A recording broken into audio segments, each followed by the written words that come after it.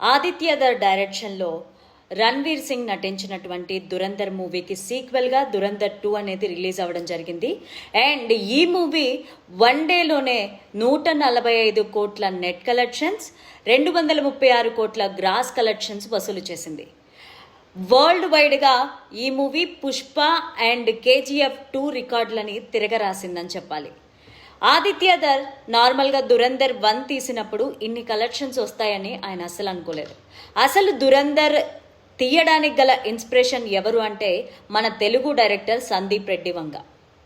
సందీప్ రెడ్డి వంగ బోల్డ్ కంటెంట్ని జెన్యూన్గా తీస్తే ప్రేక్షకులు ఆదరిస్తారు అన్న చిన్న మెసేజ్ని ఆదిత్యధర్కి చెప్పడం వల్ల దురంధర్ పుట్టుకొచ్చింది. కేవలం హిందీ వర్షన్కే ఇన్ని కోట్లు కలెక్ట్ చేస్తే మార్చి 21న తెలుగు వర్షన్ కూడా రిలీజ్ అవ్వబోతుంది.